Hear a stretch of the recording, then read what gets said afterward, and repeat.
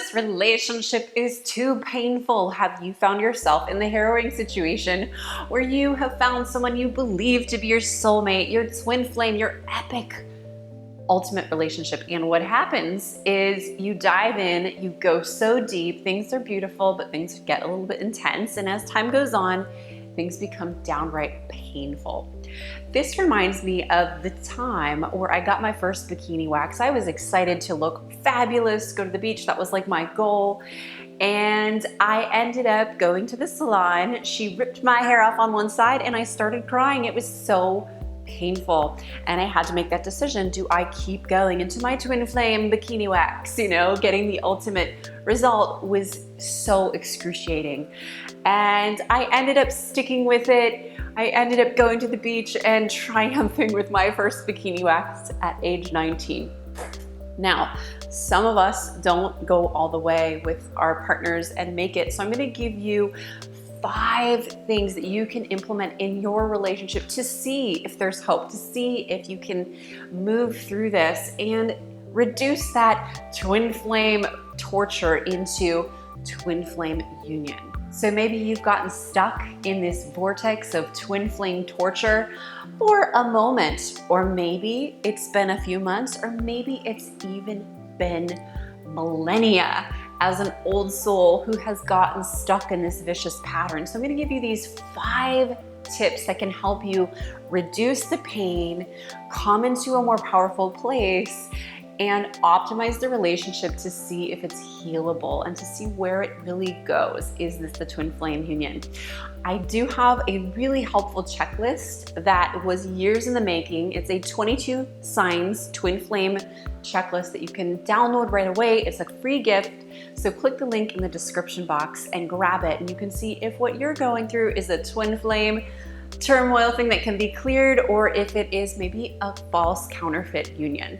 Okay, so the first tip that I have for you to navigate through this challenging scenario is to really come into yourself and come a little bit into separation from the relationship, a healthy twin flame separation phase where you're coming back into yourself.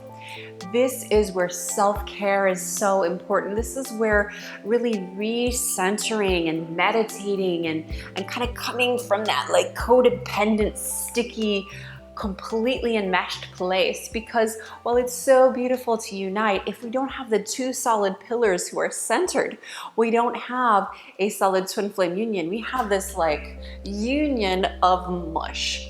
So again, come back into yourself, have a meditation practice, really tune into what inside of yourself needs healing at this time. Because if there's twin flame chaos, it is happening through the twin flame mirror, meaning that we ourselves are looking at our twin flame in the mirror, or looking at someone who is maybe not a true twin flame, but even a false twin flame or the counterfeit is someone here to teach us through the twin flame mirror of where we need to look at ourselves.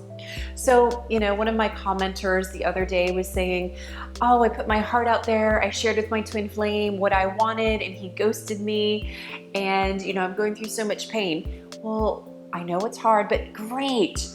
Now you've put it out there. You can see there's a part of yourself. She has a part of herself who's running and she needs to unabandon herself. So I give her the advice, look in the mirror and tell yourself, put your heart out there for yourself like you did with this person.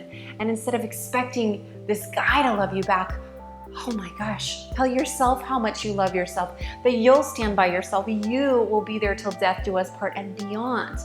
And really feel it. The next thing you'll want to do, the second tip I have, is while you're in the space of centeredness, is to really ask yourself and then tell your twin or tell the person that you're in relationship muck with, tell them, these are the boundaries that I have that I need in relationship. So often we come into a relationship not knowing what we need. And this is normal. This is natural. This is how we learn. It's like when we're children, we're learning how to walk. We have to fall on our booties. We have to conk our heads. We have to get scraped knees and toes and nose. And then we go, oh, here's my edge and here's my balance. And we have to keep getting up and keep going. this is the same thing where we hit our boundaries and we go, you know what? I need to have more me time. You know, I have a lot of clients that come to me and say, I felt like if I had me time, my twin flame would be insulted. I never had that as a child growing up. I had to be around the super social family, and I'm actually an introvert. So my suggestion is always, what do you need to set a healthy boundary for yourself? And then let this person know what you need. So that's where self-contemplation, and Jack actually taught me this tool where we had a really tumultuous time. It got to the point my twin flame and I almost imploded and exploded at the same time. It was such an intense time. And he said, you know, I need to take this week-long vacation from, no offense, you're a wonderful person, but I'm going insane in this relationship. I need to figure stuff out on my own of what I need and want. And so he wrote down a very clear list of his needs and boundaries. So he came back, delivered the news to me. He said, I also ask you, what are your needs and boundaries? Can you write them down and let me know? And it turns out that we've been operating for several years in our relationship with no boundaries. We didn't know what we needed to be optimal life partners and to receive love. What we needed to say, no, I can't have this from you right now. I'm an introvert. Or no, I can't have you right now in this way showing up in my life. You can't talk to me like this because it's not how I need to be spoken to feel loved and honored. We're all so unique. So what are your boundaries? The third tip that I have is to actually get professional support. And that's something that we did. We got a premarital counselor.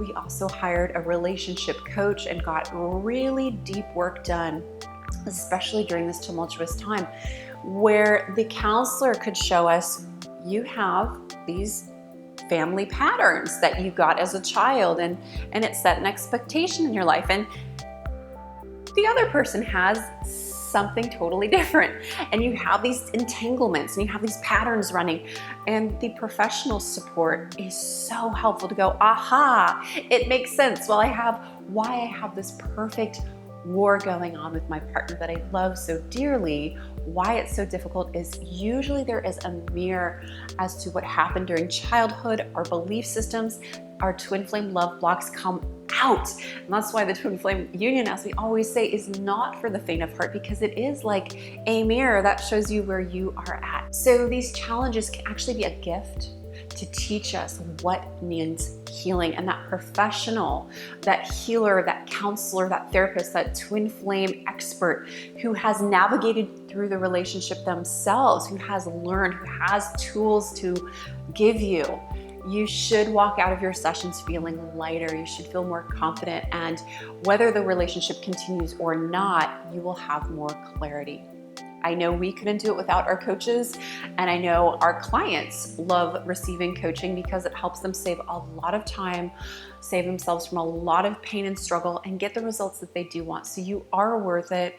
The investment in yourself is so priceless, and the relationship of your dreams and really healing your heart is one of the most precious, valuable things, in my opinion. Now, the fourth tip is, once you've done this work, you've centered, you've navigated through what are my boundaries and needs, and you two have worked through your pain patterns and gotten clear with a professional mentor.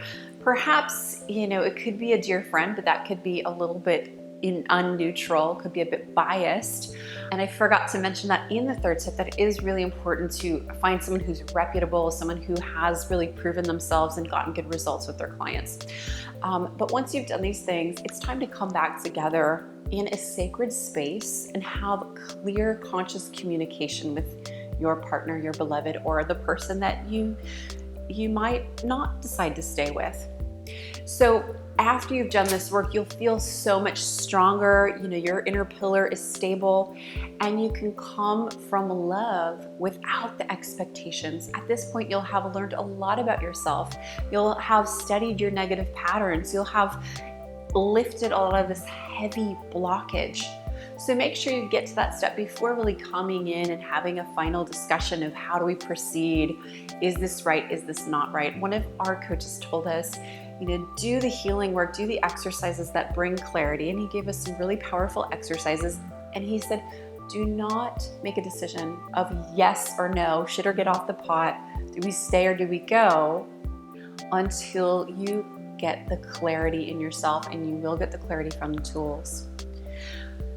We did the clearing work. We spent 21 days using specific tools every single day, and we got so clear, and the answer was yes, of course, we're gonna do this. We're gonna stay together. We're getting such great results. We're falling more in love. The skies parted and the light came through, and we really can't know with clarity. We can't communicate with our partner until we do the work.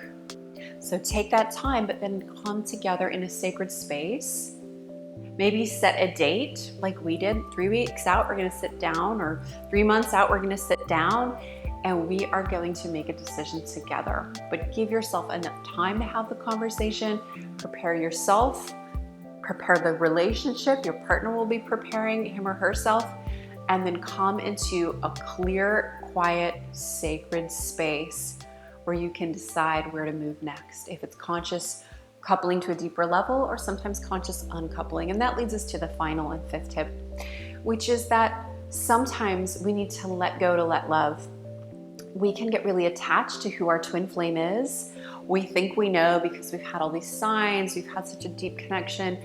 And while it can be really hard to let go, it can feel like we're going through a death. I would say every time I've let go, I've learned to love deeper. Every time I've left with a broken heart, I had my biggest breakthrough. So there is this light side of the darkness, and why it's so important to be able to let go of a special someone is because if it's not working, we can actually harm ourselves. If it's not working for quite some time, we can drain our energy. We can lose our libido, or we can lose trust in someone. If someone keeps cheating on us and leaving us for someone else, oh, I think it's my twin flame, I should stick around. It can take years to get back on the dating horse if we get stuck in this negative patterning if we're not careful and we don't get the right help. So while I don't want to scare you, I think it's so important to use our intuition and ask, is this relationship serving me? And if it's not, for now, we can consciously uncouple and perhaps go separate ways. And that may be the answer to having you come back. I've had people come to me saying, hey, Amanda, I let go. I really let go of my twin flame.